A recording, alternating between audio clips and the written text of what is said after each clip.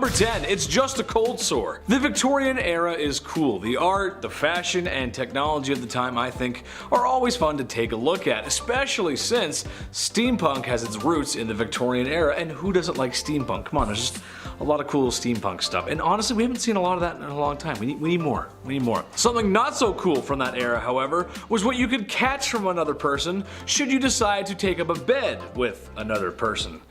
Syphilis, yep, one heck of a disease. Funny enough, it was so common that it was making intimacy itself an unusual practice. People were scared, and honestly, maybe rightfully so. There's no cure, and if it progresses to its later stages back then, well, you go crazy.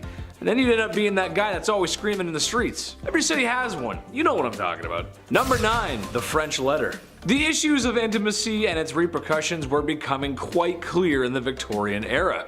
Something had to be done, as spending any amount of time in the brothels could have you shucking barnacles off your lower deck in the morning, if you know what I mean. Introducing the revolutionary new invention, prophylactics. For those that are college age, you might find it disturbing that these party favors weren't made of rubber or disposable. Yeah, hear me out. They were made of sheep's guts, and they had to be soaked first so they would become flexible. Because when you put these bad boys on, they had to be fastened on. It's not very good, not very attractive. Once the deed had been signed off on, the device was then washed and then hung up to dry like your dirty laundry.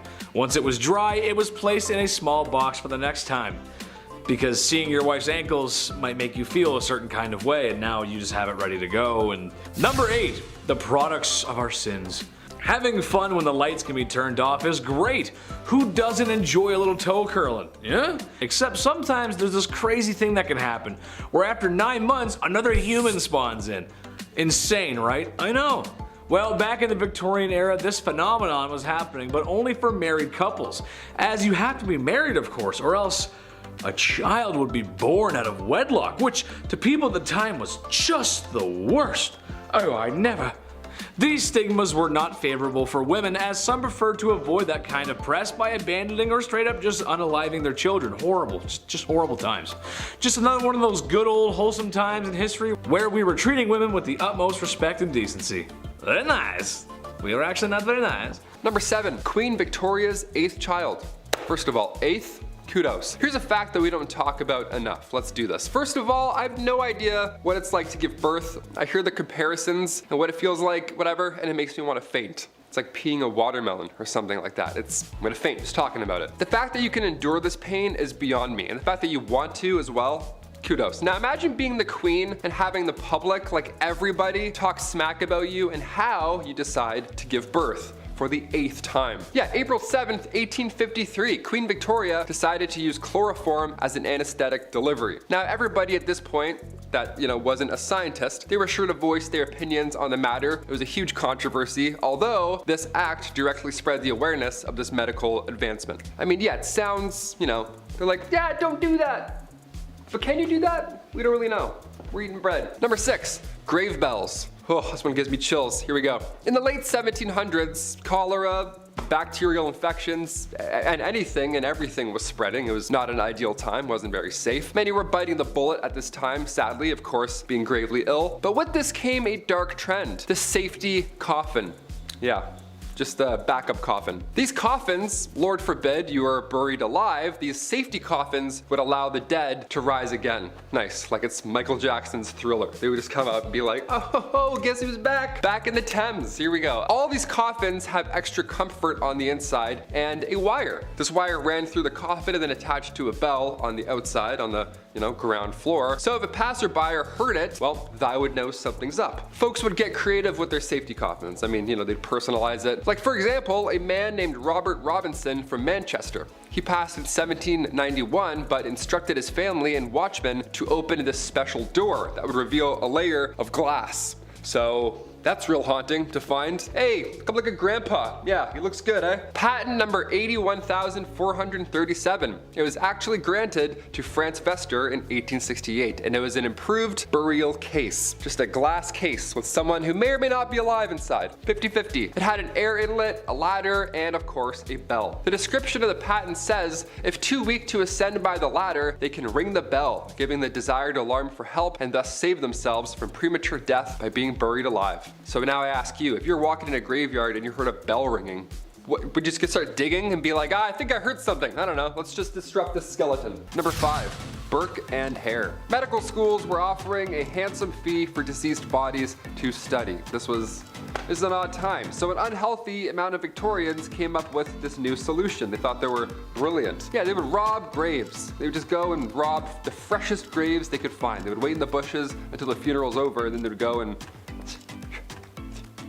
disgusting. It got so out of hand that family members were actually guarding the graves of recently deceased overnight. That's how bad it got. That's disgusting. But nobody goes down in history like William Burke and William Hare. They were an unlikely duo, to say the least. They wouldn't wait until the body was done living. You know what I mean? They would actually kill people and rush the process, all for a pretty penny. 16 victims in total between 1827 and 1828. It took 16 victims for people to start catching on to this weird plan. The pair would lure victims into their house, fill them with alcohol, and then they would suffocate them. They had a sick system, and they would suffocate them because the body needed to be in the best condition possible in order to receive a payout from the Edinburgh University Medical School. So they would, try and keep it as clean as possible, which is horrible to say, but it makes sense. The Anatomy Act in 1832 put an end to this horrific plan. Number 4, bird hats. Look, I don't have much to say about this next one here because, well, alright, yeah. I love a good hat. I've worn a few hats here throughout my time on Bumblebee, some baseball caps, some beanies here and there, sure. I've never worn a dead bird on my hat though, and I don't think that I will. That's for certain. I might just leave that out. Taxidermy was a hot topic back in Victorian London. Folks would rock the dead beaver or bowler hat, any animal they would just prop up there, and it was considered fashion at the time, believe it or not. It was a dangerous trend though long term. Conservationists were saying that 67,000 species of birds were all at risk of extinction due to this crazy dead bird hat craze. Can you imagine just a stuffed seagull on my hat? I'm like, all right, number 5, here we go.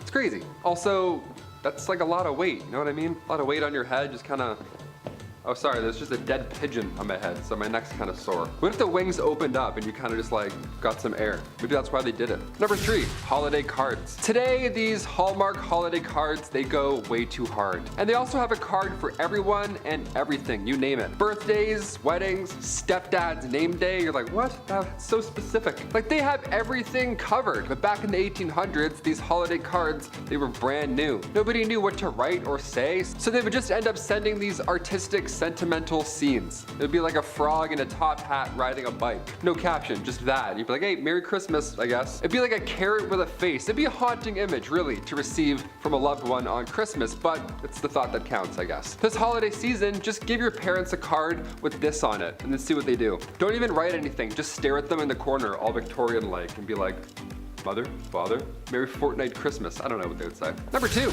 lots of arsenic. We of course have to mention a big problem in the 1800s. Arsenic, everywhere, all at once, okay? Skin lotion, tons of cosmetics, it was a nightmare. Even if you didn't use any facial cream or anything, it was everywhere else. It was in wallpaper, it was in dresses, it was in toys, medicine. My gosh, it really was horrible. It's a nightmare. And it's because arsenic was cheap at the time. It was during the Industrial Revolution. It was being unearthed more and more, and finally, come 1851, the Arsenic Act was passed, which fixed a lot of issues.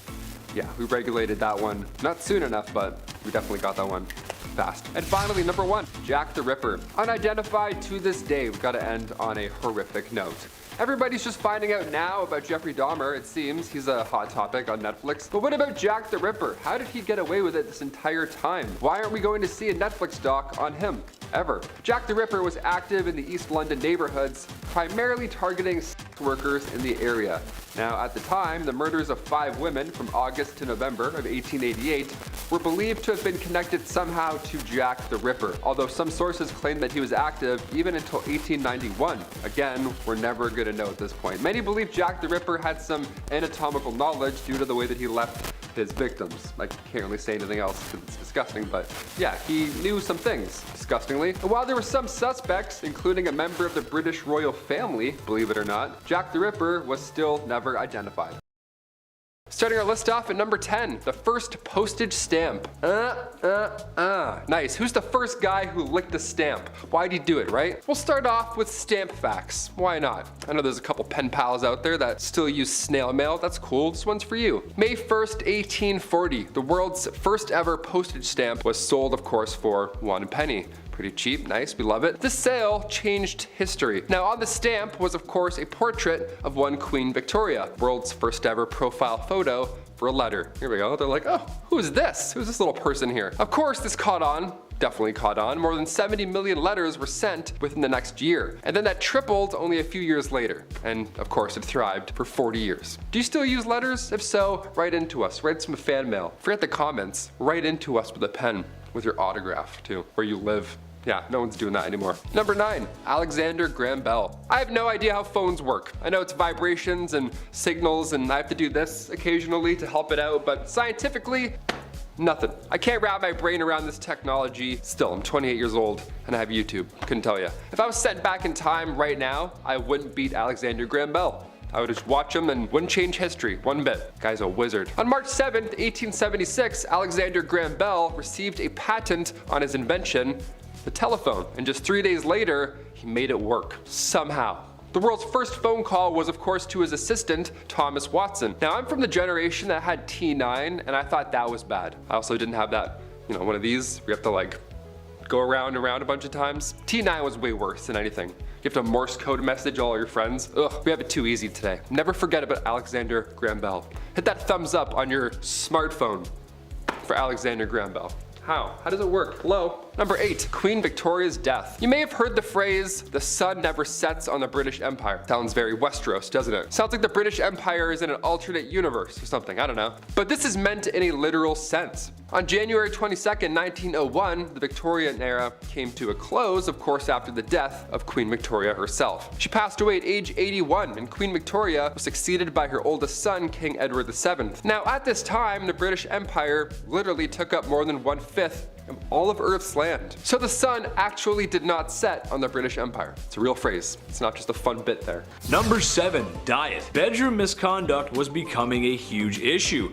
Refer to number 9 and 10. While women did get most of the blame because, well, history, men did get some of the blame. The issue of intimacy for men could be described as barbaric primal sense. So how do we curb this? How do we stop men from acting on these caveman urges, ooga booga? Well, simple really. Men just have to stop eating certain foods, as it was thought at the time that food had a link to the misconduct, or rather, the overabundance of bedroom-related issues, including mustard, pepper, rich gravy, beer, wine, cider, and tobacco. And if you weren't paying attention, that's basically the diet of every man in Victorian times. Not sure how a jar of finely prepped mustard would get you flustered, but okay, sure. The beer makes sense though, have a few beers, and even the mop leaning over in the corner looks pretty lonely, and boy, that mop has lovely hair. Number 6, job market. Ladies of the evening, women of the night. Women who make beds go bump in the night. They were everywhere in Victorian London, a lot. It's partially related to some of the points I previously mentioned. Now, I'm not here to say it's necessarily a bad thing. Personally, I don't think it is. As they say, it's the oldest profession in the book, with an estimated 80,000 women working in the night by the late 1890s. You'd have to be crazy to miss that. I mean, they were literally everywhere. With numbers like that, there's something for everyone and in varying price ranges, as they can be found in brothels or townhomes set up by the wealthy men for their mistresses, pretty much anywhere trouble likes to spawn. Even some artists took advantage of this by living with the gorgeous girls of the evening, as going behind closed doors with one was debatable, but becoming friends? Now that's a social transgression. Becoming friend, how dare you befriend the people of the night? Number 5, Jolly Lad. When people think about certain magazines that depict lewd imagery, you probably only think of Playboy. The bunny imagery was good marketing, honestly, just smart. But what if I told you the Hefmeister wasn't the first to publish such a magazine, or imagery? Back in the Victorian era, there was some saucy imagery being produced. The government had outlawed such indecency, but this only made the lewd picture industry move underground, where naturally it flourished, especially in major cities. And if you knew where to go and how to ask for one, you could purchase something from the hidden menu. Kind of like when you go to McDonald's. Yeah, there's a hidden menu there too. Google it and see for yourself. I'd repeat what my favorite one is, but I would be in trouble from the YouTube gods. And I've been treading on thin ice this whole video, so Number 4, the first counterculture. The 1960s were a very important time for many different people. Black Americans were fighting for their rights, music went from holding hands to strawberry fields, if you know what I'm saying, and everything that your parents told you just kind of felt wrong. If you grew up then, you know what I mean. I know people like to make fun of hippies, but there was some good ideas there. Well, in 1890s England, they were sort of having the same thing happen. Obviously not as strong as a push as it was in the 60s, but still. Basically, after all the oppression towards bedroom relations, people began to open up. Not literally, just open up thinking wise. That's really gross, don't repeat that. There's only one way we all got here. Unless you're a test tube baby, of course. In that case, thank you for watching CT133576-2. To some historians, this makes sense. When you push and push for things to happen or ban, eventually people will push back, especially if it's something like bedroom time. Everybody likes a little bit of bedroom time.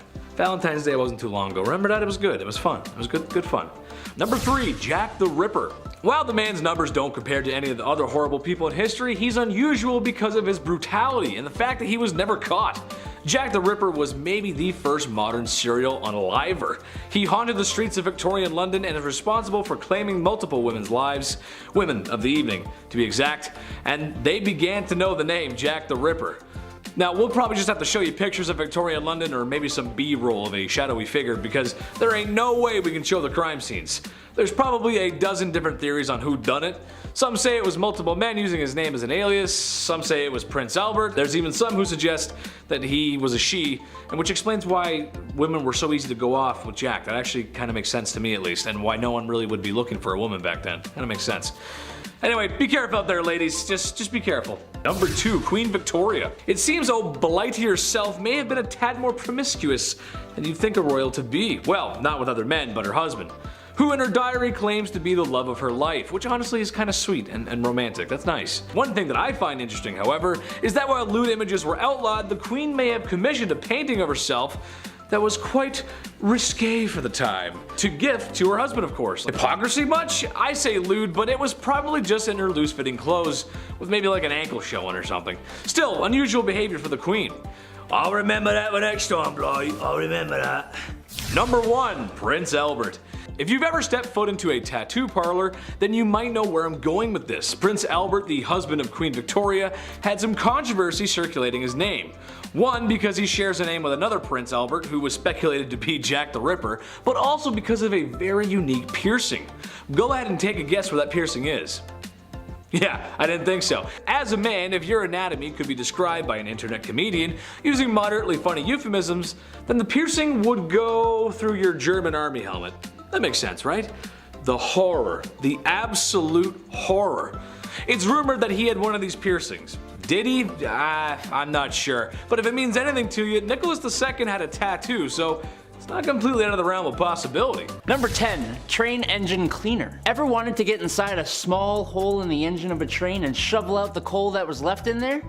Ever wanted to go underneath a train where you can't fully stand up in the middle of the night and rake out a dusty ash pan, getting all kinds of ash and stuff in your mouth? Perfect! You can go join up with the railroad as a train engine cleaner. These guys would spend their days shoveling 5 to 6 tons of coal into the furnace of the steam trains, and then spend their nights climbing into said furnace, cleaning it out, and then going out in the middle of the freezing cold, wet night into a trench covered in water and oil and dust, and get right up under that sucker and pull out all the ashes and dust and crap that came out of the engine while it had been running all day. Number 9. Linker boy or linker men. Before the introduction of gas lights on the streets of London, the only gaslighting came in the form of small children who made you believe that you wouldn't be able to walk the streets without them tagging along with a torch to help guide your way. Then they'd expect a tip from you. Little rascals. They weren't so bad. They were generally pretty helpful in getting you from point A to point B while being able to see one foot in front of the other. And their charge was usually just 1 farthing, or the equivalent of a quarter. The linker boy, like a lot of the jobs on this list, was actually featured in a lot of art and literature from the time, and there were even some rather infamous ones, like Lawrence Casey, who was the personal linker boy for the courtesan Betty Careless. Oi! Where you going, mate? You forgot to like and subscribe to the channel. Oh, and while I've got your attention, why not take a little peek over at our Facebook, where you'll find behind the scenes content. Get on on with it! Alright, bloody hell. Number 8, knock her up. No, not like that. God. Look, I despise my alarm clock. It wakes me out of my deeply deserved beauty sleep at 6 a.m. every weekday morning. Now take the alarm clock and assign that job to a real person. That person is a knocker-up, a person employed to wake up workers at mills and factories on early shifts, going from house to house using a long pole to knock on bedroom windows. In other words, a person employed to become the epitome of all my hatred in this world. If you had this job, well, you're not alive anymore, but I hate you. The people at the time were somewhat friendlier than they are now, and I'm sure the knocker-upper wasn't a horrible person, but I'm sure there had to be some grumpy gills who would put their hand on your chest for doing this to them. Morning garb, and I don't mean pajamas, is number 7 in our countdown. Known as the monarch of mourning, Queen Victoria influenced how grieving women dressed and behaved in Europe and the United States after the passing of her husband in 1861. She famously mourned him for 40 years until her own demise, and started what's now known as the Victorian mourning etiquette. Victorian mourning etiquette came with elaborate rituals to commemorate their dead. It became normal to have incredibly elaborate and lavish funerals, curtail social behavior, and even erect statues and ornate monuments as tombstones. Mourning clothes were part of this, and they were introduced for both sexes. Said to show a family's outward display of their inner feelings after the passing of a loved one, the rules for who wore what and for how long were complicated and often outlined in popular journals or household manuals. Call that a mourner's magazine. Jokes aside, men definitely had it a lot easier. They simply wore their usual dark suits along with black gloves, hat bands, cravats, or ties. For women, especially should she be a widow, there were different levels of mourning and garb to wear as you progressed out of deep mourning and into lighter mourning and so forth. Deep mourning was of course black, but also made specifically was a crepe styling, a scratchy silk with a puffed, crimped appearance associated with mourning as it doesn't pair with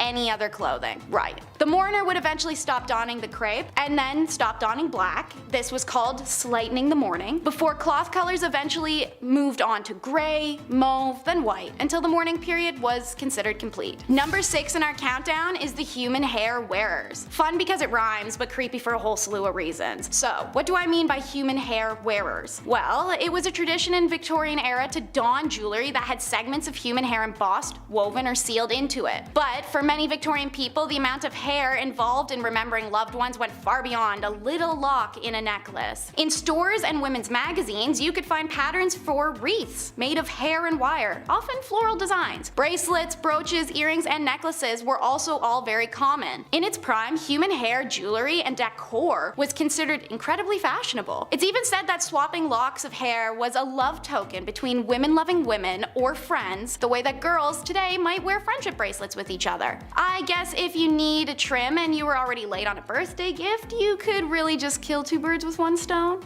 Number 5.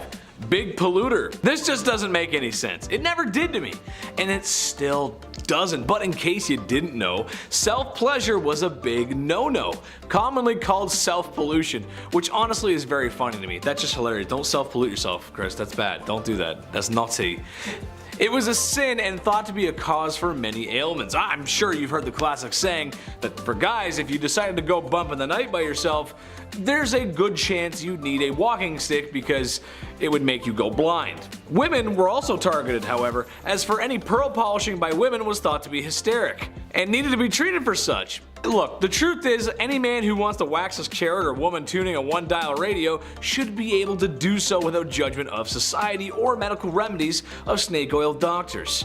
Love yourself, love everybody else, and just as long as the bedroom door's closed, you're good. Just don't do it in public, you're good. Number 4, shake and bake. I'm something of a scientist myself, but that doesn't mean I know everything, and if you actually need to learn something about health and safety, take it from a professional, not a second-rate John Candy. However, when coming across this fact, I just had to share it, because with my medical knowledge, this just doesn't sound right. Alright, so kids, we know how they're made. I don't need to go into detail for that. However, there was this idea back in the Victorian days that if a woman danced shortly after doing what mommy and daddies do, then there was a chance that her pregnancy just wouldn't happen. Or perhaps more commonly after riding a horse. Same idea. Okay. Which is frankly horse. I mean, come on.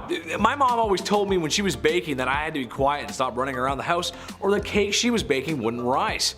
Well, they always did. I love chocolate cake. I mean, really, I do. I'm starting to wonder if there's a connection here. I was a rowdy kid. Number 3, the Kensington system. Poor Queen Victoria. I know this is kind of a stretch, but it relates back to the whole mistreating women thing. But basically, it was something implemented in order to control the young royal, make her dependent on her mother, whom she was not allowed to be without. Basically, modern day strict parents. Now, all the kids watching right now, or all the kids who've grown up, how well did that parenting work? Let us know in the comments. I'm willing to bet it created a little bit of a divide between parent and child. Am I right? That's exactly what happened with Queen Victoria. Shouldn't be surprised, really. Being a parent is tough. I get that. But squeeze too hard and the sand falls through the cracks of your hand. Victoria wasn't even allowed an hour to herself. And I don't care who you are, no matter how charismatic or bubbly. Everybody needs some alone time. Number 2, a healthy breakfast. Okay, not Victorian London, but this is just too funny not to mention, and it's around the same time period, very close. As the great minds of the time thought, self-pollution was a big no-no, and the reason for these urges was often related to food. Some thought eating meat would make you down bad, so a man named John Harvey Kellogg, you might have heard of him, aimed to cure the sickness of self-love. What if a man had a delicious, nutritious meal to eat, especially at the start of his day? Cornflakes by Kellogg's, the very same cereal that's probably sitting on top of your fridge, yeah, was partially originally designed to stop you from feeling those carnal urges. Now, not sure if that works. I mean, go ahead and tell me how you feel after eating a bowl of that. I had one this morning. I feel fine. I don't feel any different at all. I mean, I'm just, well, not really feeling the same about Pam Anderson anymore though. Number 1, rising action. This could get some married couples into some trouble if they're watching, so sorry. It's gonna be hard to talk about this without saying it because YouTube will send a stern letter if I do, but here it goes. The deed was not considered done unless both parties had signed off on it, had their toes curled, reaching the peak, your magnum opus, the way I feel when I eat at McDonald's, DEFCON 1, or simply mispronouncing organisms in health class. I feel like once you're involved, you're involved. And to me, that's a done deal. You can't really reverse it from that point on, regardless of any of my euphemisms, but that's what they thought. They thought if you both didn't climb that mountain together, it didn't happen. 'Cause science. Number 10, no calling, no gifts. This is a time in history when men were told to be gentlemen and women told to be ladies. Naturally, that came with some weird social practices. For instance, women were discouraged from accepting gifts from men. Personally, I like to give my girlfriend flowers and chocolate. I'm a classic guy, what can I say? Can't go wrong with that. However, even if a handsome silver-tongued devil such as myself were to give some flowers and the finest dark chocolate a 7-Eleven has to offer, and a most promising woman were to accept said gifts, she may not be able to call me back. Literally because, well, the phone isn't exactly a thing yet, and also because that's something else women were just discouraged from doing. Call on a man? No way, Jose, even if he is super nice and waiting for a genuine response. One etiquette guidebook from 1882 called any woman who calls on a man ill-bred and positively improper to do so. I like when people give me flowers and chocolate. Maybe call me sometimes, I'm a little lonely. Number 9, act like a lady. How dare ladies do anything unladylike? Ugh, said every man ever in the Victorian era. This is a time in history when ladies gotta be ladylike. That means makeup, corsets, and don't you dare do anything masculine. Oh, that's me angry. This is still a time when food isn't the greatest either, so imagine if you got an upset tummy at the dinner table. Happens to me a lot. You've got a handsome prince that your parents have arranged for you to marry. When you go to greet him, you do it with a simple gesture, as kneeling to curtsy could turn your linens a certain shade of embarrassment that 1800 stain cleaning technology could never wash away. You'd poop yourself. Where's Billy Mays when you need him, right? How dare women do such things as go number 2, or even worse, break wind? Oh, the nerve. That's just the way it went, folks. I don't make the rules.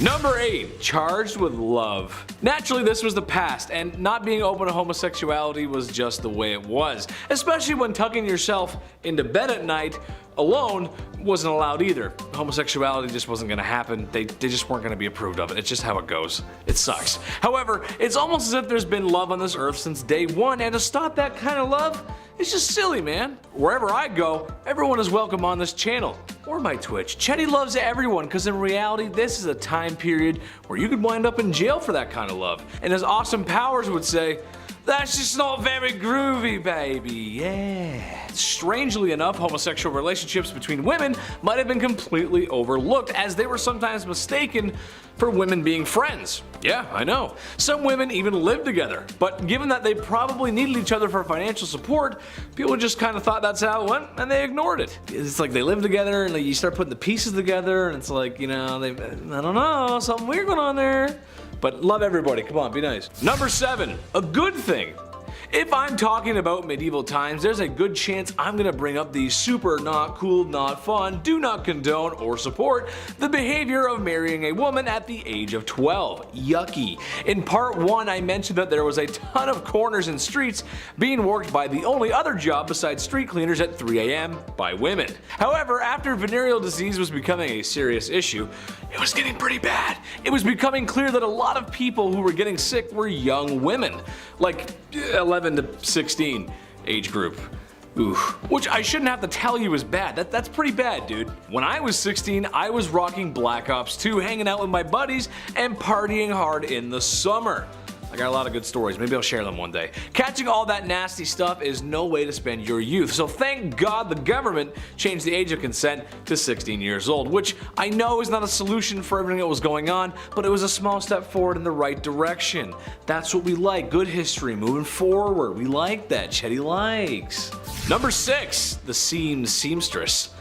Being that the Industrial Revolution had started and business was booming, people needed to travel for business, or more specifically, men needed to travel for business, which means they gotta be away from their wives, and that means they are away from the very thing we're talking about today, bedroom stuff. How did men solve this issue? Well, there was no shortage of ladies roaming street corners to aid in that matter. However, there's an option with a little less syphilis. There were aids or early blow-up dolls called travel ladies. Strangely enough, it was stored in a gentleman's hat. What? That's so wrong. Once it was ready to be used, it was inflated and reassembled. This is a quote from an ad from one of the products. It is inflated to the essential part of the woman wanted by a man. That just doesn't sound very good. This is why we have boards of people to check stuff from products before it gets shipped out to the public.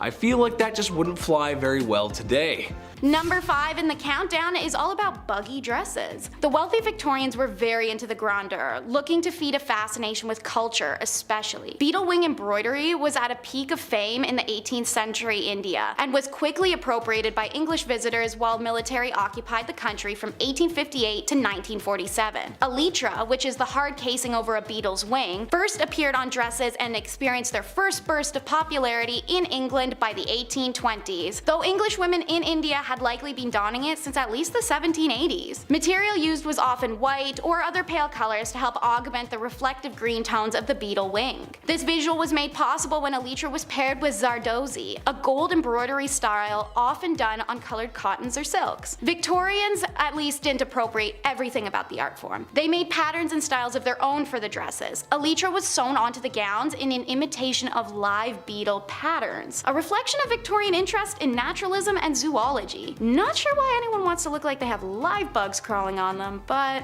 okay. Number 4 is the casual ball gown. One of the most notable shifts in Victorian time was that fashion began to be differentiated by gender rather than class. This reflected the changing roles of women in society. And let me say, every part of Victorian women's fashion seems tortuous. You start your day layering on long crotchless underwear and tunics before strapping a metal cage to your waist. You then wear an average of 6 skirts over that, alongside bodices and corsets that would forever change the placement of your organs and potentially even suffocate you to death. The reported average weight of a Victorian dress when fully on could be anywhere between 14 and 22 pounds. But the risk doesn't end there. In fact, it was everywhere. It was estimated that between the 1850s and 1860s, 3,000 40,000 women in England died from their crinolines catching fire, as airy fabrics and hoop-supported skirts also allowed for plenty of air to circulate beneath a dress, which could also make a small flame grow out of control in seconds. In 1864, the New York Times reported that 40,000 women worldwide perished from dress-related fires. Another common occurrence was to see them pulled into machinery after walking too close and having some of the skirts catch in exposed parts. Yikes. It's no wonder that the large ball gown crinolines phased out in the late 1800s, but then bustles came in and they were worse in different ways. While more practical as it was slim on the sides and the front, it required women to sacrifice movement and comfort in order to achieve a fashionable shape like the corset did. They began to alter women's spines, ribs, and organs over time, as they required women to twist their bodies completely in order to be able to sit down. Overall, while movies and TV may make these beautiful gowns seem whimsical and ethereal, they truly were just death traps. Number 3 in the countdown is bird-brained. I enjoy my puns, but there's a reason for that one. This trend was started by the notorious Marie Antoinette, a rebel in the French courts for her outlandish fashion and accessories. Amongst her pile of powdered curls, Marie was often seen with feathered caps and bonnets. While this look became an envy for women across America and Europe, the trend did struggle to take off initially, as much of the aristocracy was perturbed by it. However, a trend is a trend, and eventually the English society was persuaded. They donned mainly ostrich, pheasant, or peacock feathers at first. Eventually entire songbirds were stuffed after their death and adorned these hats. By the late 1800s, the plume trade had decimated several species of birds, including flamingos, birds of paradise, and rosy spoonbirds. Topping the endangered list were the snowy and great egrets, as at one point their pure white feathers were worth more than gold. Promoters of the feather trade knew what they were doing and also knew that the public didn't understand the carnage that their fashion was sieging on these animals. They held that wearing feathers and whole birds brought city dwellers closer to nature, that it improved people's awareness and knowledge of bird species. Thankfully, it's due to the inevitable public awareness and then disapproval that bird hat sales diminished and went out of trend altogether. Number 2 slot in the countdown is Paris green. It seemed Parisian aristocracy had a chokehold on the globe with their trends. It's believed Empress Eugenie was to have worn a dress so stunning at the Paris Opera one evening in 1864 that it was featured in newspapers globally the next day. It was a deep yet vibrant green, one rumored to almost glow in darkness. The green of Paris quickly became the hue of the social elite. So, how was Paris green made, and why was it so dangerous? The color was discovered when chemists combined copper and arsenic poison. The result was a dye brighter than all the other greens available on the market. Copper wasn't what gave this color its iconic nickname, however. Arsenic is a highly hazardous substance that causes skin sores, vomiting, diarrhea, and in some circumstances cancers or death, as we know now. But they didn't. When factory workers' arms and hands began to wilt away from sores and decay that could only be connected to the dye, French and German governments enacted legislation prohibiting the production of arsenic-based pigments. It's the right thing to do. Meanwhile, the British government mainly ignored them, even when Matilda Schrewer famously died of arsenic poisoning with the whites of her eyes stained green from her working in factories. This was deemed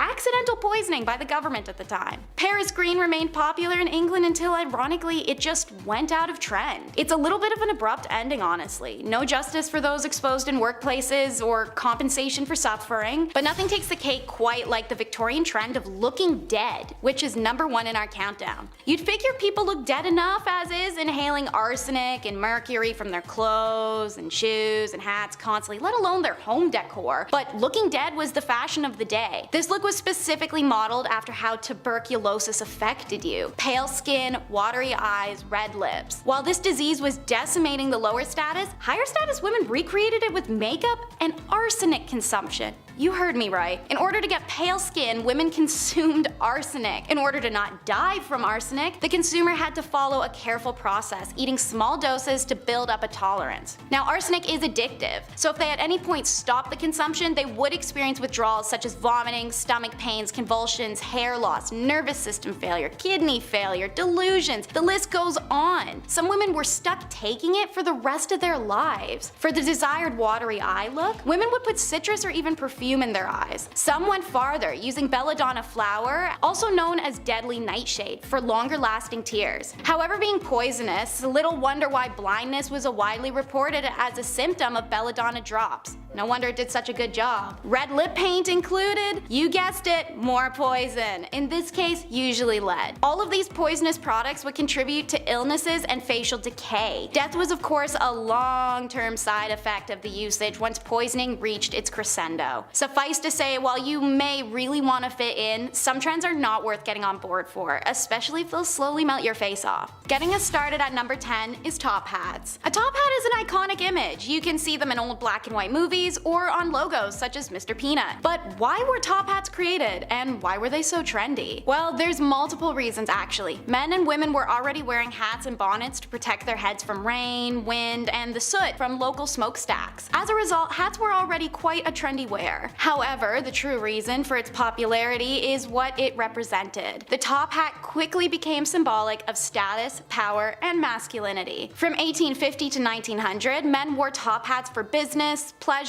and formal occasions. Certain colors were even associated with certain times of day. For example, a black top hat was for day or night, making its wearer feel taller, more handsome, even suave. Some were even reported to be a height of 12 to 14 inches tall. Top hats, amongst other hats of this era, also required ridiculous upkeep, such as being brushed, boiled regularly, powdered, etc. They also tend to contain mercury poison. As time progressed, we found other ways to overcompensate as well as accessorize our heads, so it's easier to see why the top hat never made a comeback. Number 9 in the countdown is women and their flirty fans. When you see a gentleman caller across the room, you may want to send him a hint that you're picking up the vibe that his top hat is putting out. What better way than subliminal messaging with an item you're already carrying? In Victorian times, women carried fans due to fainting spells, which were really just the result of their excessively tight and heavy garments, something we'll cover later in the video. In 1827, a fan maker from Paris, Dovelroy, published a leaflet explaining the language behind the uses of a fan. Some examples were twirling the fan in the right hand meant that I love another. Meanwhile, drawing the fan across the cheek told someone special that I love you. A fan half opened and pressed to the lips gave permission for a kiss. However, it is rumored that the less romantic truth is that the fan etiquette, such as Dovelroy's leaflet, was invented in order to boost the sales of fans in the 19th century after they had fallen out of fashion following the French Revolution. Irregardless of rumors, it appears in olden times some people were using fans to get hot rather than cool down. Speaking of keeping it cool, next in our countdown at number 8 is bottomless underwear. While showing a bit of ankle may have made you a harlot, in the Victorian era every woman was walking around with crotchless undergarments. But these strange underoos were invented with a justified purpose. Due to the amount of fabric layers, steel crinolines, and tight bodices and dresses, women of the era didn't really have time to spend an hour undressing before nature calls. By creating undergarments that had holes aligned with the wearer's groin, a woman's only mission would be to hoist up as many layers as she could before popping a squat. Don't be fooled, however, that wasn't exactly easy either. Some of you may wonder what happened if Aunt Flo paid a visit while a woman was wearing an open bottom undergarment. Well, in Victorian times, menstruation hygiene was perceived very different, and women quite literally let it flow. If you want to learn more, search that one up on your own. As fashion evolved and women wore fewer and lighter clothes in the early 20th century, pulling down undergarments from underneath bustles and cages was no longer a nightmare, so the crotchless undergarment was soon abandoned once more. But now it does make sense why everyone loved the high-kicking can-can dancers in 19th century Paris. Number 7, a phrenologist. I think if this YouTube thing doesn't work out for me, I'm gonna go and make up a science. It worked for phrenologists. They claimed that a person's personality, character traits, and abilities could all be figured out by bumps and indents on a person's skull. Characteristics like secretiveness, amativeness, conjugality, and combativeness were apparently controlled by areas of the brain that they called organs of the brain. The idea was dismissed by the church, but it nonetheless gained traction through Europe and was really popular in the States. The idea that you could modify these organs through self-control and practice sounded really good to self-help gurus at the time, if only it was real. Number 6, a dog whipper. Looking for someone who absolutely despises dogs and doesn't mind being despised by the rest of us. Otherwise known as a dog whipper. Back in the day, huntsmen would often hunt foxes and nail their tails to church doors, which would attract dogs of the streets. You'd also have churchgoers who would bring their dogs with them to church. These dogs were not allowed in though. so they'd all have to wait outside. You know how dogs are though. They didn't just sit there waiting patiently. I'm sure some good boys and girls did, but more often than not they'd be playing and sometimes fighting, disrupting the church services. Enter the dog whipper, who was armed with tongs to grab a dog and remove it from the church grounds, and a whip that would be used on the loudest of the poor pooches. Number 5.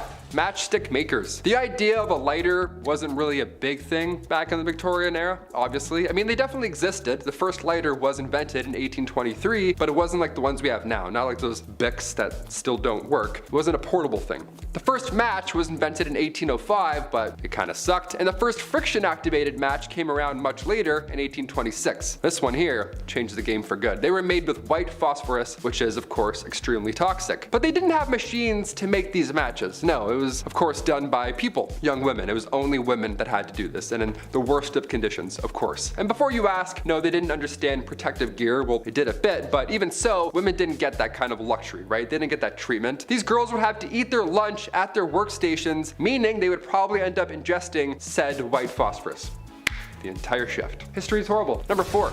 Resurrectionalist. Alright, back in the day, medical schools who wished to study the human body only really had access to the bodies of criminals who had hit the end of their line, right? You're not gonna go dig up someone's wife and be like, hey, mind if I study her? He's like, no, please. There actually weren't too many of these bodies around to begin with, which led to a good price for bodies that were in, well, reasonably good condition to, study up close, other than being, deceased and disgusting. This wasn't exactly the greatest idea, sure, I'll admit that. Now you've probably created an opportunity for people with no morals or empathy to go and dig up fresh graves. And that's exactly what happened. People would become their own resurrectionalist. It's a cool name for a god-awful profession, if you want to call it that. The problem was so bad that people had to protect, they had to guard the graves of their recently deceased loved ones, or else these guys would come in and try and dig them up and sell your nana for like 20 bucks. You have to stay there for 4 nights and guard her. That's crazy. No one should have to do that. The Victorian era sucked. No one should have to do that, or this next one here. Number 3, train engine cleaner. Yeah, this one's gonna suck. It sounds yucky already. For this job, you were required to get into, of course, pretty tough positions to,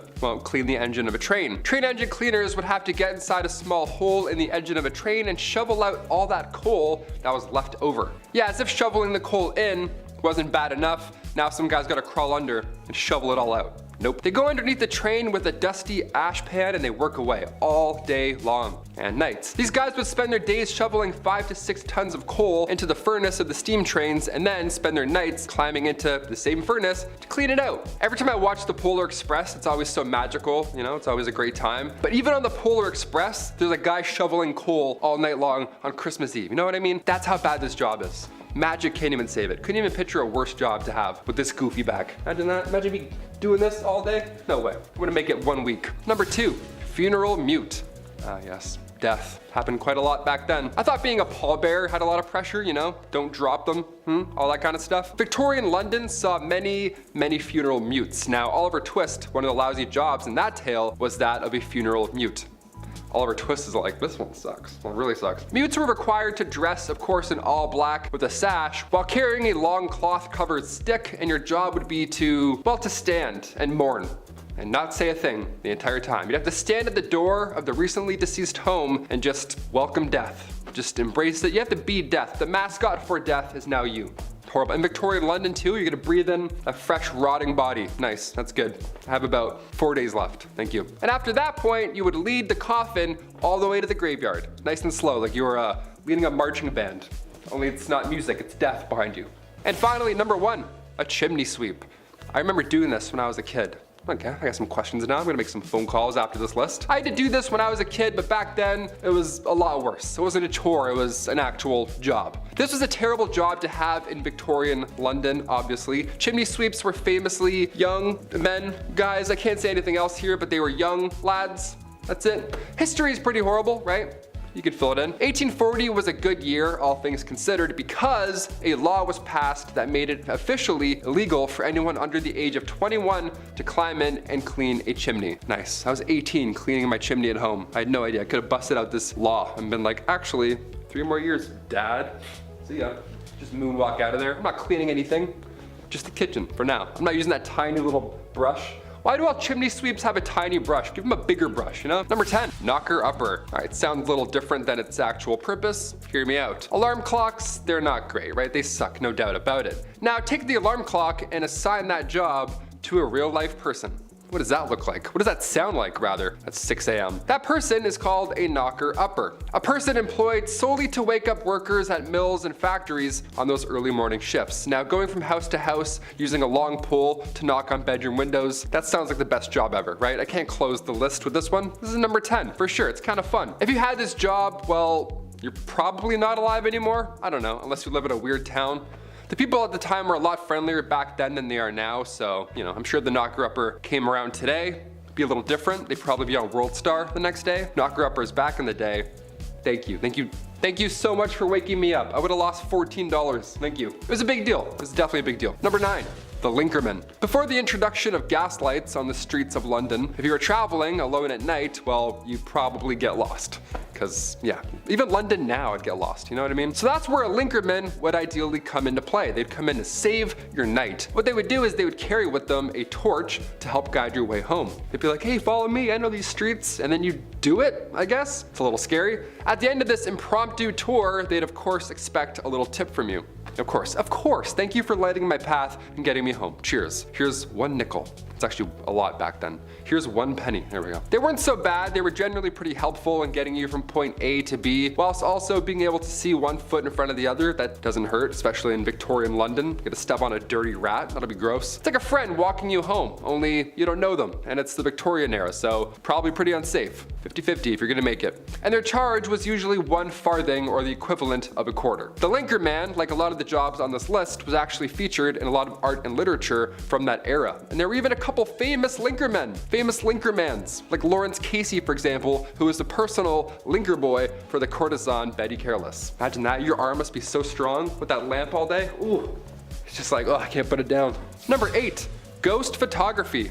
1800s ghost photography. Apparently it was a theme or a vibe, I don't know, but there were people that would take the photos of these ghosts. So at one point you would be hired as a professional ghost photographer. On paper, here's your tax returns, that's what I did. The camera, of course, was a hot new invention back then, so tales of ghost and spirit were easily believed, especially when you have a photo of a see-through woman. That probably helps sell your tale for sure. Like, here she is. It's like, that's mom. That's definitely not, you just did that in the back room. I don't believe you. A big name in the ghost game was that of William Thomas Stead. He was born in 1849, so now he's for sure a ghost. Stead was the son of a Congregationalist minister, and at the age of 22, he was appointed as editor of the Northern Echo, which was a regional newspaper in Darlington. Yeah, this British medium, Richard Borsonal, featured a photo of W.T. Stead and a spirit. Imagine that. Imagine a day where somebody was awarded the Nobel Peace Prize and they also posed for photo ops with ghosts. Like, can we pick a lane? Science or not? What are we doing here? Number 7, grave designs. Graves, but make them cool, you know? Customize your own pit in the ground. That's fun, that's grim. In the late 1700s, cholera, bacterial infections, pretty much anything floating around your mouth and eyes, it was spreading and it was bad. Not a good thing to ingest. Not an ideal time in history. Many were biting the bullet at this time, of course being gravely ill. But with this came a dark, new, fun trend. Yeah, here we go. The safety coffin. Yeah, let's make your own coffin, DIY. These coffins, God forbid, you were buried alive, while these safety coffins would allow the dead to rise again. Yeah, some Tony Stark guy in the back's like, if you push this, the body will pop back out and come to life. It's like, really? A lot of these coffins were built with extra comfort on the inside and of course a wire, the safety backup wire. This wire ran through the coffin, through the ground, and attached to a bell on the outside on the ground. So if somebody was walking by and they heard a bell ringing beside a gravestone, first of all, it's haunting, well, they know something's up and they can get them out.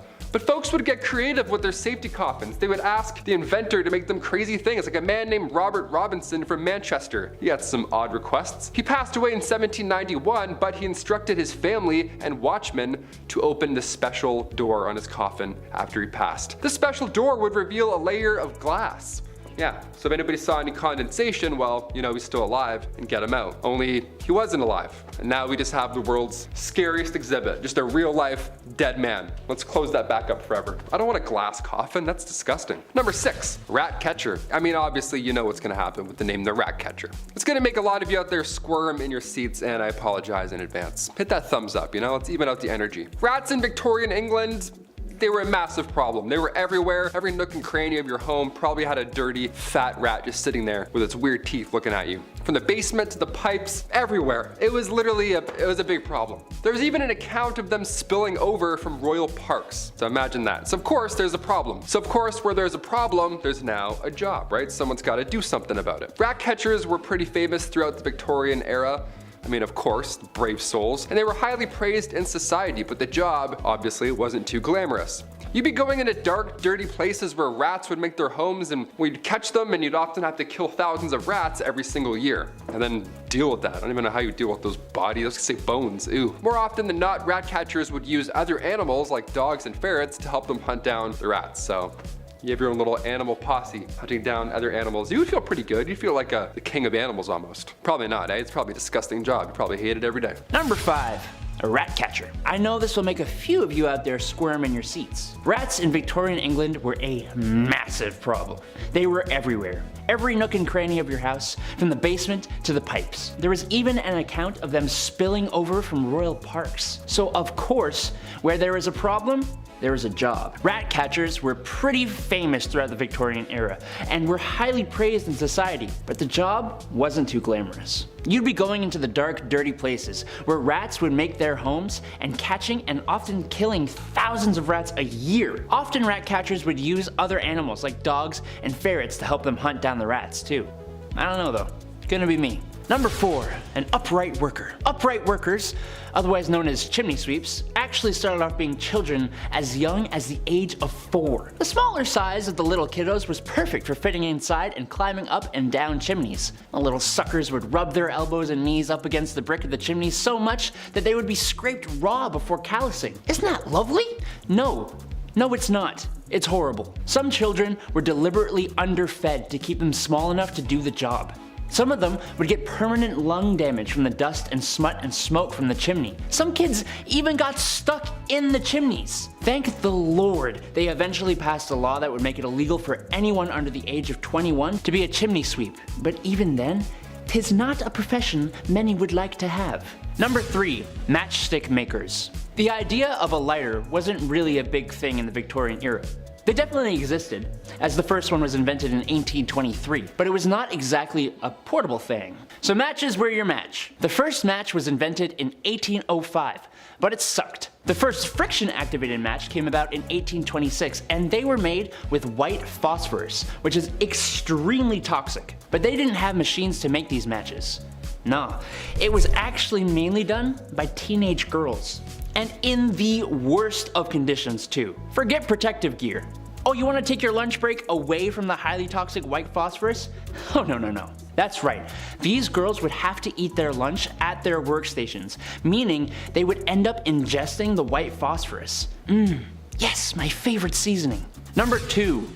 Resurrectionists. Back in the day, medical schools who wished to study the human body only really had access to the bodies of criminals who had hit the end of the line. There actually weren't too many of these bodies around, which led to a good price for bodies that were in reasonably good condition, other than being deceased. This wasn't exactly the greatest idea, as now you've created an opportunity for people with no morals or empathy to go and dig up fresh graves, becoming resurrectionists. A cool name for an absolutely god-awful profession, if you could call it that. The problem was bad enough that people would actually guard the graves of their recently deceased loved ones. No one should have to do that. Number 1, night soil man.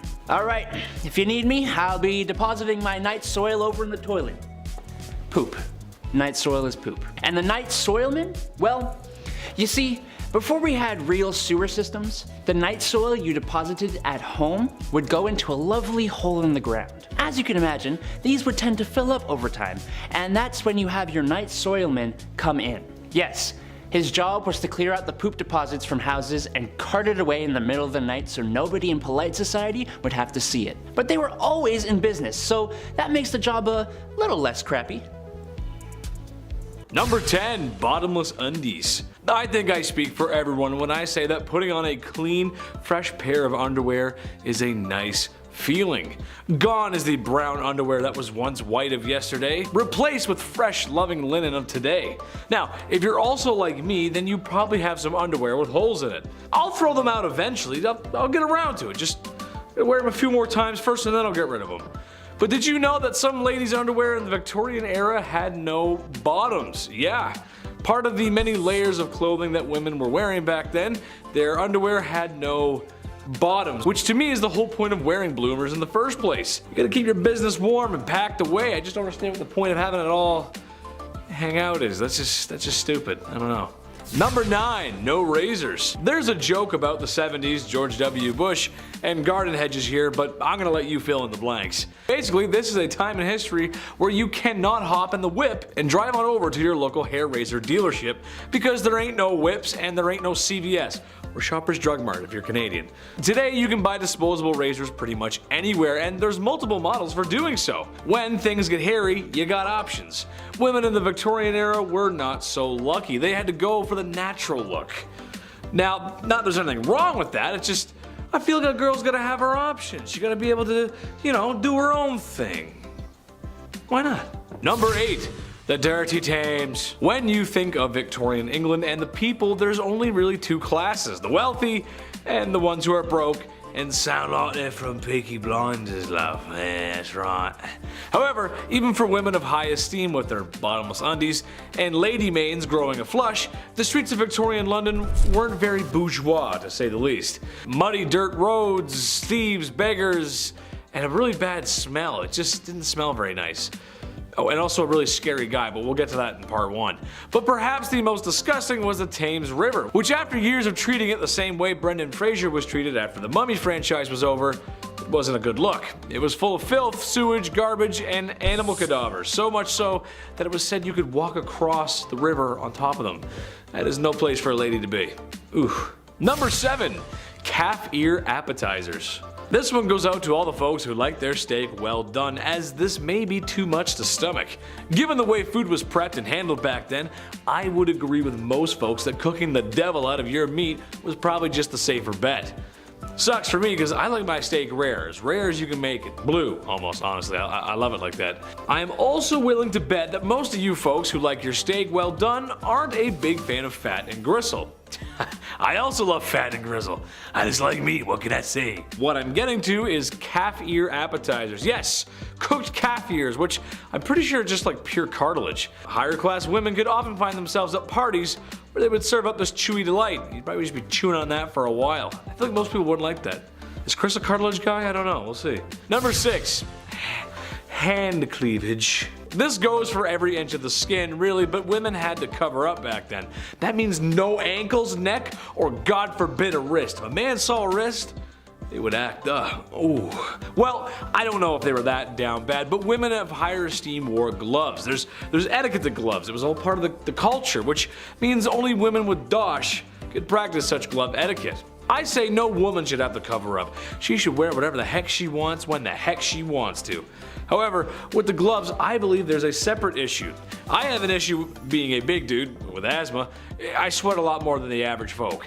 It just sucks, but if I was a fair lady with those gloves on, well, I might want to leave them on. Wouldn't want to ruin anyone's appetites for calf ear appetizers because the smell and the sweat, it just, ooh, it'd be gross, ooh. Watch out, it may shock ya. Number 5 is shock treatment. When profit can be made off of insecurity, unsavory business flourishes. Victorians honed in on the man's moral weaknesses as a cause for erectile dysfunction, and impotence was thought to be caused by either too much sex and masturbation or not enough. So doctors took a few shocking routes, literally, such as galvanic baths or bathtubs filled with electrodes, which were supposed to restore sexual desire in an advertised 6 sessions. For a more direct approach, a thin rod with running electric current could be placed up into a man's Repeat that twice a week, about 5 minutes each time, and your little man should be ready to rumble. By the late 1800s, ads were running for electric belts aimed at weak men. They claimed to help cure kidney pain and sciatic nerve issues and backaches and headaches and nervous exhaustion, and of course, mainly their dysfunction. While today impotence is recognized as the result of physical or mental duress, age, or genetics, the belief that electric shock therapy is a useful cure for impotence still persists, and some studies have shown positive signs. See that, fellas? Don't knock it till you try it. Speaking of electrocuting genitals, you can't tell me that didn't happen at least once with the first electric vibrators, which is number 4 in our countdown. Female hysteria became a diagnosable medical condition way back in medieval times when the concept of a wandering uterus, when a discontented or displaced uterus would cause a woman ill health, was first coined. Believed to have symptoms such as irritability, insomnia, fainting, anxiety, menstruation, or horniness, pretty much every woman showed these symptoms. Hysteria was pretty common. Doctors cure hysterical paroxysm, an orgasm. For hundreds of years leading up to this invention, doctors were manually administering pelvic massages to women to achieve the necessary cure. But all that wrist work added up over time and doctors needed a break. So cue Dr. Joseph Mortimer Granville. He created an electric steam-powered electromechanical medical instrument, nicknamed the manipulator. The device allowed women to give themselves home massages to cure their wandering wombs and giving doctors the well-deserved break they needed. A questionable cure for a very questionable diagnosis. Number 3 is not for the faint of heart. They loved leeches. It may be crazy to imagine, but between the late 1700s and well into the early 1900s, there was a booming leech trade all across Europe. Leeches were shipped from Germany to America by the tens of thousands. England even had to start importing them from France by the mid-1800s as their own leech stocks were not even enough to supply their own doctors. Francis Bressois believed that all diseases resulted from the excess buildup of blood and documented this belief in a medical journal that would subsequently cause leeches to become the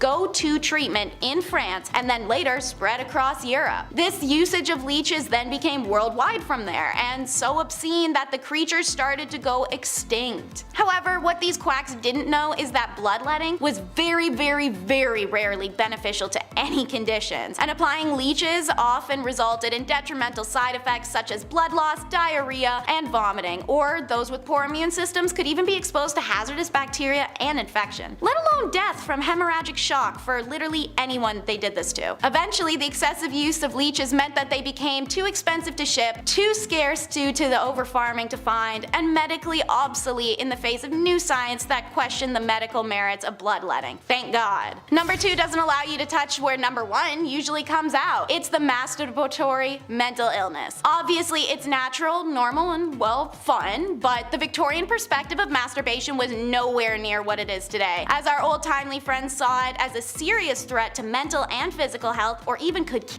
you. Self-love was seen as an ultimate evil, but beyond moralistic arguments, many physicians thought that every orgasm drained a man's energy. Married men were warned by doctors to limit the amount of sex they were having, while unmarried men were encouraged and urged to conserve their essence by avoiding sex altogether, particularly masturbation. Even wet dreams and uncontrolled ejaculation were considered a sexual dysfunction, as masturbation essentially became the male version of hysteria. So, how did you treat this condition? Men had to stop masturbating. Fear and shame campaigns did what they do best and stimulated the market to provide quick quack remedies. They came in the form of anti-masturbation devices that looked like torture chambers. Most popular was the juggum, which was a metal ring attached around the base of a man's, and then screwed on. If he was to become erect at any point, whether awake or asleep, the now inflated skin would make contact with sharp metal teeth that would dig in. Like I said, most popular. Consider how much worse these other options were for that to be the primo choice. A spermatic truss was essentially the first jock strap, but meant for every day, and the Bowden device fastened a little metal helmet to the end of a man's member that bound up into his pubic hair so that it would be ripped out should he become erect. I'm more than happy to keep going, but I'm sure more than enough people are wincing right now. Keep in mind, while these men were going through this to avoid masturbation, women were being prescribed it as a cure.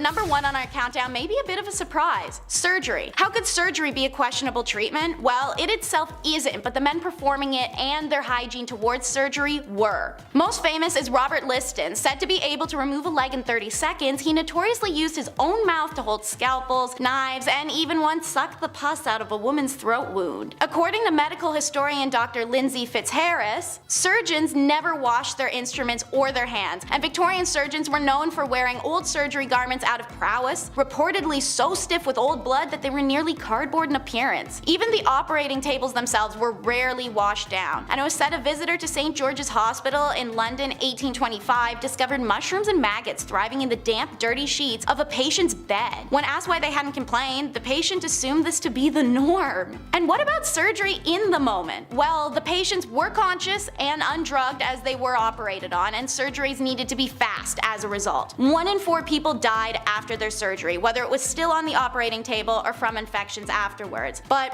what about our buddy I mentioned, Dr. Liston? Only 1 in 10 of his patients died. This was because of his speed. "Time me, gentlemen, time me," he'd shout to the surgery spectators to put his legendary speed to the test. Sure, he did accidentally castrate somebody once because of his wild motions, but nobody's perfect. In fact, while he's remembered for being the first surgeon to use anesthesia, wash his knives, and invent a still used medical tool, he is the only surgeon to ever have a 300% death rate. I'd be remiss not to mention that during a leg amputation, his lightning speed reportedly cut off 3 fingers of the assistant who had been holding down the patient. Then, as he brought the knife back up, he slashed the coat of a spectator. The spectator reportedly died immediately of fright, likely a heart attack. Though the assistant and patient survived initially, like most who were treated in Victorian hospitals, they died not long after from infection, which was also just called hospitalism at the time because of how many people died that way. It's easy to say that going to a Victorian surgery or a hospital may have been as efficient as rubbing dirt into a wound. Number 10 is chloroform the hiccups away. Nowadays we know a nasty case of hiccups is curable by just holding your breath or chugging a bunch of water. But if this was 1899, you'd be prescribed chloroform. Known by many as the mysterious liquid on the rag placed over someone's face to make them faint in many period pieces or cartoons, chloroform gained popularity after Queen Victoria demanded its usage during her labor in 1853, after having been denied it in her previous labors. By taking these lengths to reduce the annoyance of hiccups, your vital organs may pay a steep price. Chloroform has the potential to damage the nervous system, lungs, and trachea, as well as the liver and kidney when exposed long term. This is just one of many medical remedies that we'll be covering from the first Merrick Manual of Diagnosis and Therapy, the oldest continuously published English language medical textbook. All the quack treatments in our list today used to be found in this mass encyclopedia. For instance, number 9 in our countdown is smoke inhalation for asthma and other lung conditions. This may be one of the more counterintuitive remedies on our list, as it's easy to see now that smoke is not beneficial for asthma at all. Through the late 19th and into the next, however, inhaling smoke or smoke, as well as stramonium, a hallucination-inducing nightshade, as well as lobelia, known for its sedative properties, were popular treatments for asthmatics. Asthma is caused when your airways can narrow or swell while producing excess mucus. Smoking, meanwhile, has been shown to eventually reduce the number of cilia, the lungs' filaments which help transport mucus into the lungs, which only leads to the worsening of asthma symptoms. This wasn't the only weird tobacco smoke belief, however. In 1872, an English newspaper talked of tobacco smoke enemas, which even reported that hundreds of lives might have been spared by the tobacco smoke enema. Okay. Weird enough. Plasters, no, not the British word for band-aids, is number 8. This medical treatment was said to have sucked the badness out of a person. They were like a nicotine patch made up of a thin layer sheet of wax as well as leather, and it was able to stick onto the skin. In the wax there were remedies such as lead, opium, frankincense, tobacco, etc. This mix would be applied while still warm to ensure the adhesion of the plaster. Plasters were sold to anyone of any age and came in many different shapes and sizes so that they may be applied to different areas. What were they used for? Everything. Cough, cold, period pain, organ failure, alcoholism, headache, the list can go on forever. Seeing as they wanted the patch to pull as much badness from the body as possible, these patches could be left on for 2 days to 2 weeks to forever. Without washing, of course. Naturally, these patches trapped in a lot of moisture that could cause infections, blisters, rashes, and hives underneath, especially once the patch is removed and the skin is finally exposed to air. Arsenic, like plasters, was a cure-all, and it's number 7 in the countdown. If you've seen our other video, Top 10 Unusual Fashion Trends from the Victorian Era, you might know that arsenic was in everything in the Victorian era. Makeup, wallpaper, dye. No exception was made in medicine either, as arsenic was prescribed for anything from anemia in Merrick's diagnosis manual to anthrax, cancer, reduced libido, syphilis, or even cholera. While it was most popular to consume arsenic, it could also be inhaled or injected. Being a byproduct of smelting, it's no wonder arsenic was everywhere during the Industrial Revolution, as there was an excess of it. So it was incredibly accessible and a household remedy. Since doctors already prescribed it to do so much, everyday people just start to use it to treat any common ailment. Unsurprisingly, many people suffered arsenic poisoning symptoms. The ailments are now referred to as Fowler's disease. Number 6 is all kinds of gross and questionable. The everlasting pill. When the Merck manual was first published, part of the comprehensive treatment plan for an eruptive fever, which is a classification for diseases like scarlet fever, smallpox, and chickenpox, was actually laxatives. Castor oil was the main laxative choice for Victorians up until the debut of the everlasting pill, made up of a metal now known to be toxic called antimony, would be invented. Swallowing this would induce severe vomiting and diarrhea, thus giving the body what they thought to be a healthy cleanse, and their intention was to purge diseases from the body. It earned the name the everlasting pill, as the pill would pass through the gastric system mostly intact, meaning it could be retrieved and cleaned for future use. Seeing as the metal was greatly valuable at the time, it was quite common to keep it in the family and hand it down generation to generation. Imagine getting that in your granny's will. Number 5. Dresses too big. This is something I'm glad isn't a thing anymore. I'm not a person who likes to dress up. I'm a simple dude. Casual and comfortable is my forte. However uncomfortable wearing suits is, I like to think I clean up well. And I understand sometimes you gotta wear drip. It's just how life goes. Sometimes you gotta dress up. I just don't think people should be showing up to any formal events in cowboy boots and a popped collar shirt. I've known a few of those people. But what I'm really talking about here is the obtuse size of women's dresses and just the whole culture of women's fashion back then. It's just crazy. Large and overbearing dresses with enough material to use as blankets when you sleep. I know that couldn't have been fun. It's horrible. Especially with my sweat problem. A few hours in a suit and maybe a few beers later, and the first thing I'm trying to do is take the suit off. It gets tight and sweaty in there, and it's just a lot of material. It's just too much. And doorways, trying to get through doorway. Ugh. Forget about it. Number 4. Fava beans.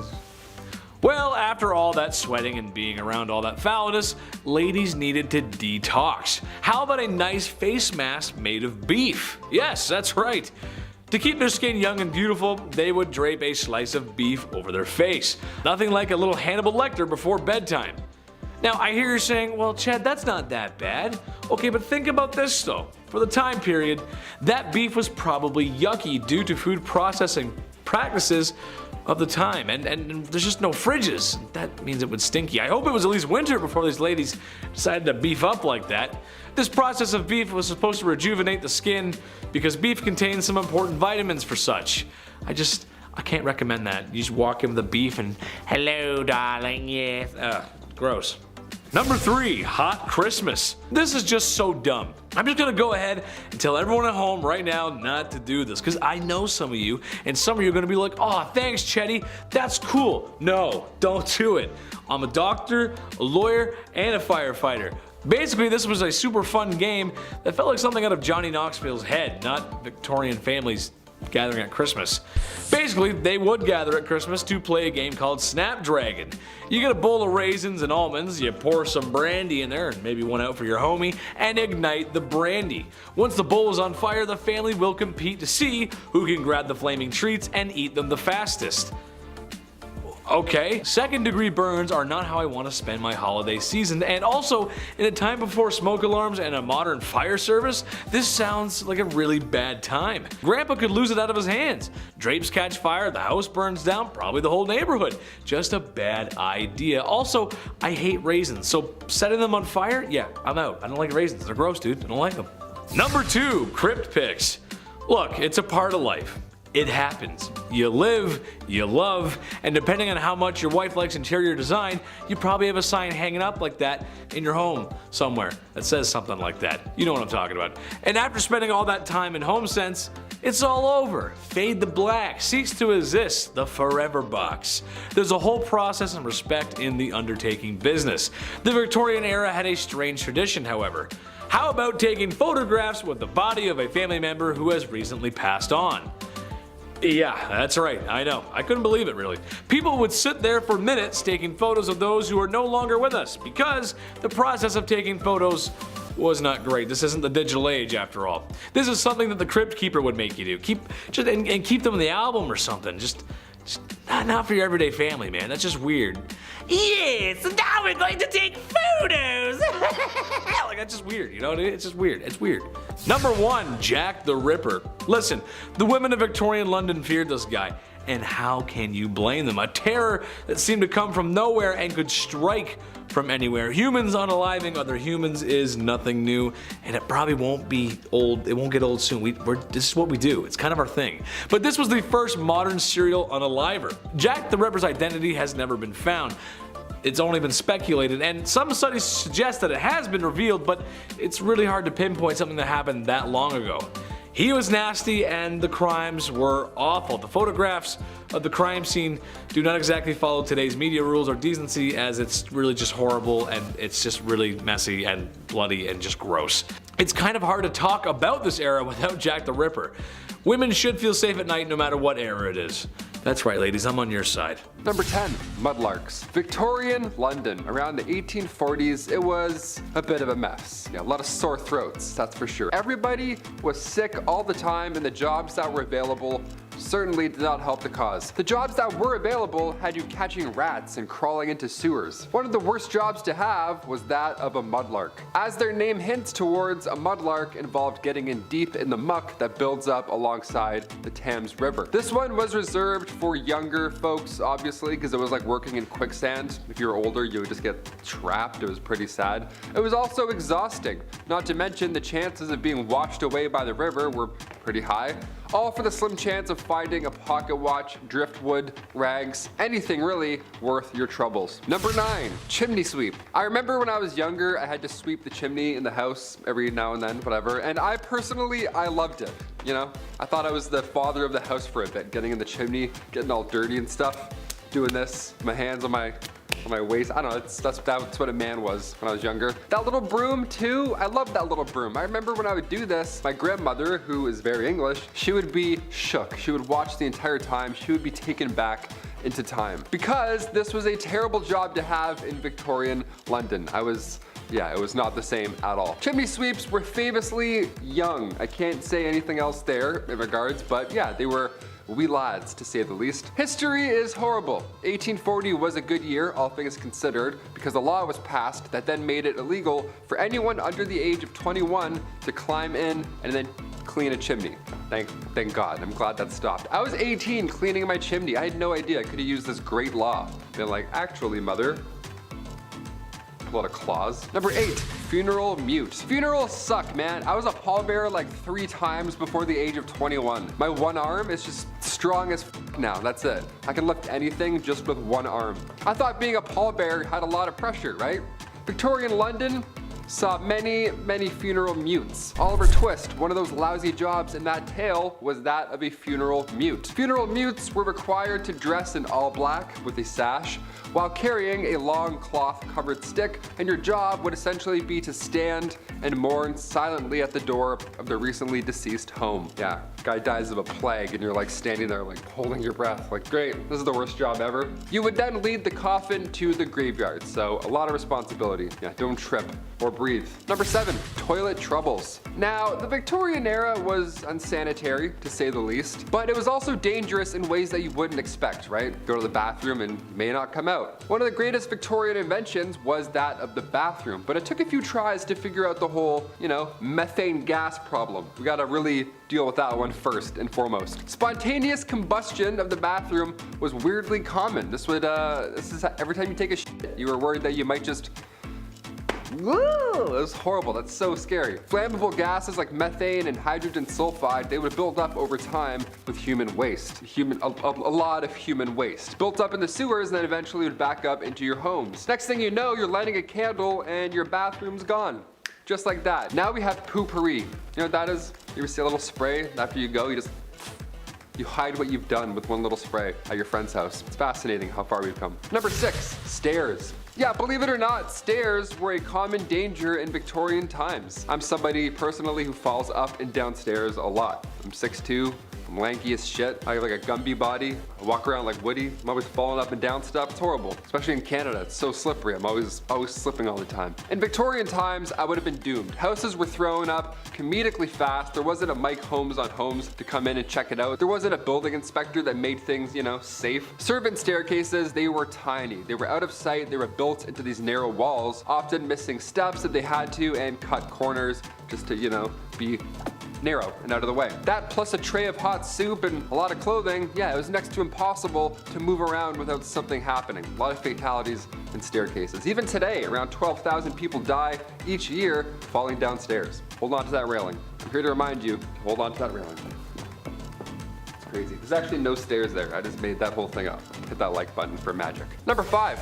Gym day. Believe it or not, they were around 200 gyms all across Europe during Victorian times. Dudes were getting shredded. Why not? They're like, hey, we don't have dinner, but might as well just work out. These gyms weren't bright, they weren't open, they weren't well ventilated, motivating, safe, none of those things that you need today. No, Victorian gyms were reserved for the upper class. Yes, of course, grab your pocket watch and your blazer, Ezekiel. We're doing some bench pressing today, I guess. Yeah, grab your monocle, for sure, you're gonna need that. These machines also, they were not ideal to work out. They were designed as antiques first, rather than, you know, their fitness purpose and safety purpose also. Like, half these look like saw traps. There's no way I'm gonna be bending my arm around any of these Victorian devices. Even the machines today at the gym, I'm like, no way, no thank you.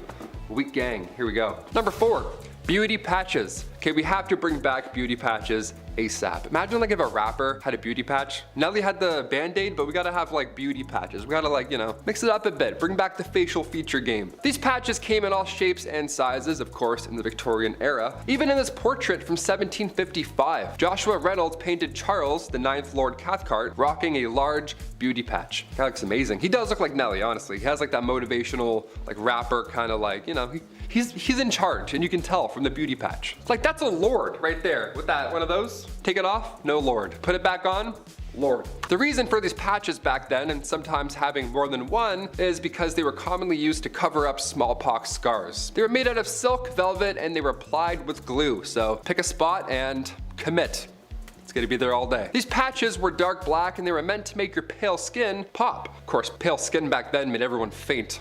Pale skin and long shoes, everyone's losing their minds. The position of these patches could also determine your political allegiance. How funny is that? Historian Joseph Addison took note of these positions when he observed two parties from the 1800s. Now, one party had patches on the right side and the other had the opposite. It's pretty amazing. It's a pretty easy way to flip jerseys, right? The other team starts winning, you're like, you know what? Check it out. Now I'm on this side. Prove it. Number 3, chimney sweep. Terrible jobs, here we go. I remember when I was younger, I had to sweep the chimney in the house, and I loved it. I thought it was cool. I thought it was like a little safety, like secret room. I don't know. It wasn't safe at all, actually. It was just a dirty room. Had a little broom too. I always loved using that little broom. Little tiny sweeps, one at a time. Little tiny bag to go along with it. So gentle. This was a terrible job to have in Victorian London, obviously. Chimney sweeps were famously young as well. I can't say anything else there, but these guys were young lads. History is horrible. Maybe that's why I was doing it, right? Because I could fit inside of the thing. That makes sense. 1840 was a good year, all things considered. A law was passed that made it illegal for anybody under the age of 21 to climb in and clean a chimney. I was 18 cleaning my chimney. I had no idea. I could have used this great law and got out of the whole chore. Shame. Number 2, Jack the Ripper. Unidentified to this day. Who is he? How did he get away with it? And also, when are we going to see a Netflix documentary on this guy? We have everybody else in this multiverse of killers. Where's this guy? Gonna complete the image. Well, because we didn't find him. Jack the Ripper was active in the East London neighborhoods primarily, and sadly, he would target sex workers at the time. He famously took the lives of 5 women from August to November of 1888, and they were believed to have been connected to Jack the Ripper, although some sources claim that he was active until 1891. It's hard to tell who's who and who's doing what. Again, this is also so long ago. There's no cameras.